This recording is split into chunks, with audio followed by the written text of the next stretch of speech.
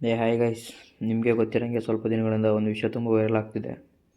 ಏನಪ್ಪ ಅಂದರೆ 10 ರೀಲ್ಸ್ ನೋಡಿದ್ರೆ ಅದರಲ್ಲಿ 5 ರೀಲ್ಸ್ ಬರ್ತಾ ಇರೋದೇ ಶಾಂತಿ ಕ್ರಾಂತಿ ಮೂವಿಯಿಂದ. ಯಾವುದು ಫ್ಯಾನ್ ಇಂಡಿಯಾ ಮೂವಿ ಅಂತ ಮಾಡಿದಾರೋ, KGF, RR, ಪುಷ್ಪ. ಅದಲ್ಲ ಗುರು, ಅದಕ್ಕೂ ಮುಂಚೆನೇ 1991ರಲ್ಲಿ ಫಸ್ಟ್ ಫ್ಯಾನ್ ಇಂಡಿಯಾ ಮೂವಿ. ಆಗಿನ ಕಾಲದಲ್ಲಿ 10 ಕೋಟಿ ಬಜೆಟ್ ಹಾಕಿ 4 ಲ್ಯಾಂಗ್ವೇಜು, 3 ಜನ ಹೀರೋಗಳು, ರಜನಿಕಾಂತ್ ಅವರು, ನಮ್ಮ ನಾಗಾರ್ಜುನ ಮತ್ತು ನಮ್ಮ ರವಿಚಂದ್ರನ್ ಅವರು ಅಷ್ಟೆಲ್ಲ ಕಷ್ಟಪಟ್ಟು ಮಾಡಿರೋ ಮೂವಿ ಅದು. ಆ ಮೂವಿ ರೀಚ್ ಆಗಲಿಲ್ಲ, ಸೊ ಫ್ಲಾಪ್ ಆಯಿತು. ಆ ಕಾರಣದಿಂದ ಅದಕ್ಕೆ ಮತ್ತೆ ರಿಲೀಸ್ ಮಾಡಿ ಅಂತ ಕೇಳ್ತಾ ಇದ್ದಾರೆ ತುಂಬ ಜನ ಸ್ಟೂಡೆಂಟ್ಸು. ಆದಷ್ಟು ಈ ವಿಡಿಯೋನ ಎಲ್ಲರಿಗೂ ಶೇರ್ ಮಾಡಿ, ನಮ್ಮ ಕಮೆಂಟ್ ಸೆಕ್ಷನಲ್ಲಿ ರವಿಚಂದ್ರನ ಟ್ಯಾಗ್ ಮಾಡಿರಿ. ಸೊ ತುಂಬ ಜನ ಕೇಳ್ತಾ ಇದ್ದಾರೆ, ಸೊ ಅದರಿಂದ ಮೂವಿ ರಿಲೀಸ್ ಆಗೇ ಆಗುತ್ತೆ ಅಂದ್ಕೊಂಡಿದ್ದೀವಿ. ಸೊ ರಿಲೀಸ್ ಆದರೆ ಒಳ್ಳೆಯದೇ ಗುರು, ಮಾಡಿರಿ.